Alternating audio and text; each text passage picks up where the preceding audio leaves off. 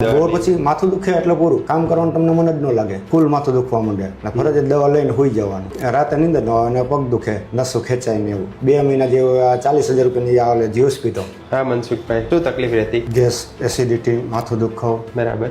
રાતે નીંદર ન આવી. લગભગ કેટલા વર્ષોથી તકલીફ હશે આ તમને? 8 થી 10 વર્ષ. થતું શું? મેઇન પ્રશ્ન માથાનો ને શું થતું? માથું બહુ દુખે, એના હિસાબે ફરજિયાત દવા લેવી પડે. થતું શું દવા લેવી પડે આપણે? પછી બીજા સાહેબ પાસે 3 મહિનાની કેપ્સ્યુલની એની કરી લીધી. એ સિવાય એટલે 7-8 વર્ષમાં ઘણી દવાઓ તો ઘણી કરી હશે ને? કેટલા વર્ષોથી લીધી છે? 8-10 વર્ષ થઈ ગયા. પણ એમ કેટલી ઉલટી થતી હશે? રોજ એકાત્રા જતું. અને દવા તમે કઈ હારે લઈને જ ફરતા ગયા? તમે બતાવી દીધી હારે જોઈને રોજની ખીચામાં રાખવાની, એના લીધે કામકાજે ડિસ્ટર્બ રહે ને? હા બરાબર છે. હવે કેવું છે દવા પછી? 1 મહિનામાં રેડી.